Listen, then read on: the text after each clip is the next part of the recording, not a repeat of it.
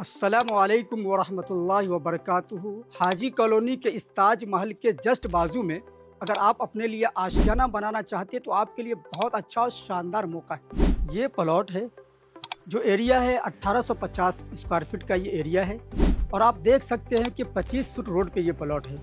इस कॉलोनी की जो सबसे ख़ास बात है वो ये कि दो मस्जिद आपको इस कॉलोनी के अंदर मिल रही है। गेटेड कॉलोनी है।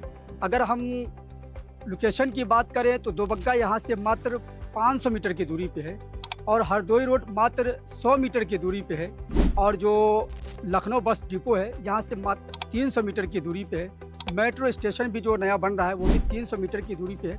कुल मिला के ये प्लॉट बहुत शानदार है, बहुत अच्छा है। रहने के लिए भी आपको बहुत अच्छी फीलिंग आएगी, बहुत अच्छी वाइब आएगी, क्योंकि इस कॉलोनी में जो रहने वाले हैं टोटल लोग वेल एजुकेटेड लोग हैं, पढ़े लिखे लोग हैं। यहाँ पे नक्शा आसानी के साथ आप पास करा सकते हैं। तो अगर आप लेने के ख्वाहिशमंद हैं तो आप आज ही हमारी ऑफिस विज़िट करें या आप हमारे नंबर पे रब्ता करें।